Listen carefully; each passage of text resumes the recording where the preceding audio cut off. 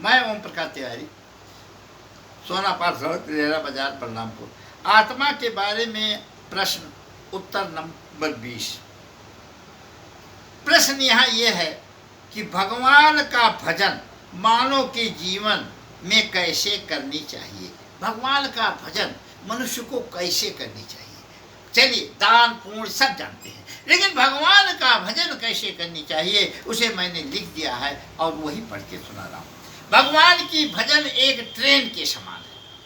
Train आपने देखा, जब इस स्टेशन से चल दिया तो अगले स्टेशन पर ही रुकेगी। उसी प्रकार से जीवन जब आपका स्टार्ट हो गया तो मोक्ष धाम या परम शांति धाम में ही रुकनी चाहिए। अगर बीच में रुक गई तो समझ लो एक्सीडेंट हो गया। उसी प्रकार से भगवान की भजन है, एक ट्रेन के समान है जो आपको एक स्टेशन से दूसरे स्टेशन तक पहुंचाती है।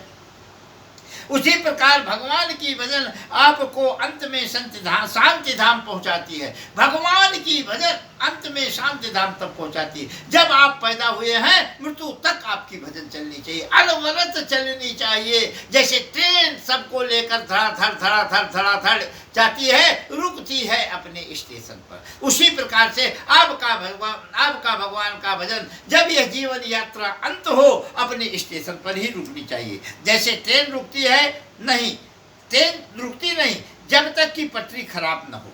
अगर पटरी खराब हो, जैसे मान लीजिए कोई रोग हो गया, बीमारी हो गई, तो भाई थम नहीं जाएगा, या हम मर गए तो थम जाएगा यहाँ छोड़ करके। बाकी आपको अनवरत चलते रहना है ट्रेन के समान। उसी प्रकार यदि आपका शरीर स्वस्थ रूप से संचालित है तो भगवान भजन चलते रहना चाहिए। अगर आप स्वस्थ रूप से पूर्ण रूप से काम करने की लायक हैं तो काम करते रहिए और नाम जपते रहिए। ये है, जैसे अभी देवराहा बाबा ने कहा था, सीताराम सीताराम सीताराम कहियो, जाही विधि रखे राम वाही विधि रहियो। ये मैंने देवराहा बाबा से सुना था बचपना में, लेकिन आज भी याद है।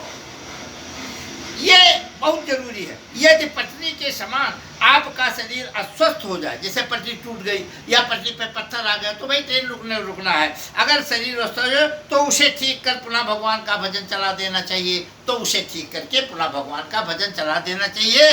क्योंकि ये जब तक स्टेशन पर न रुके, स्टेशन पर न पहुंचे, तब तक आपकी ये जीवन यात्रा, जीवन रूपी जो है मानव रूपी शरीर कभी रुकना नहीं चाहिए, भगवान की भजन चलना चाहिए।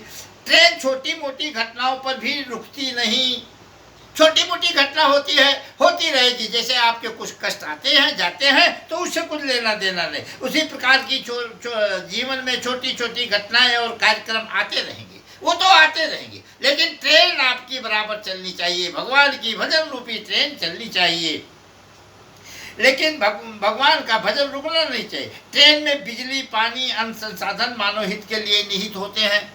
ट्रेन में बिजली पानी सारी व्यवस्था मानव की होती है। उसी प्रकार से आपका भगवान का भजन तो होगा, लेकिन ध्यान रहे कि इस शरीर संचालन के लिए सारी सुख सुविधाएं निहित होना चाहिए। इसके लिए भी आप उपाय करते रहें, काम करते रहें, राम जपते रहें, वक्त जीवन का यूं ही निकल जाएगा। उसी प्रकार आपको शरीर संचालन और आत्मा के हित में समस्त साधन मौजूद रखना चाहिए।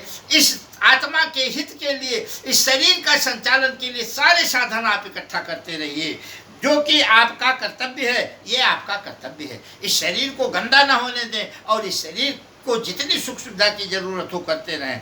और ये सब साधन लेकर ट्रेन चलती रहती है, सारा साधन लेकर ट्रेन चलती रहती है। उसी प्रकार से साया माया का महाजाल लेकर आपका भगवान का भजन चलता रहना चाहिए। उसी प्रकार से आपके जीवन में भगवान का भजन संसाधनों के साथ चलते रहना चाहिए। बोलो सियावर रामचंद्र की जय।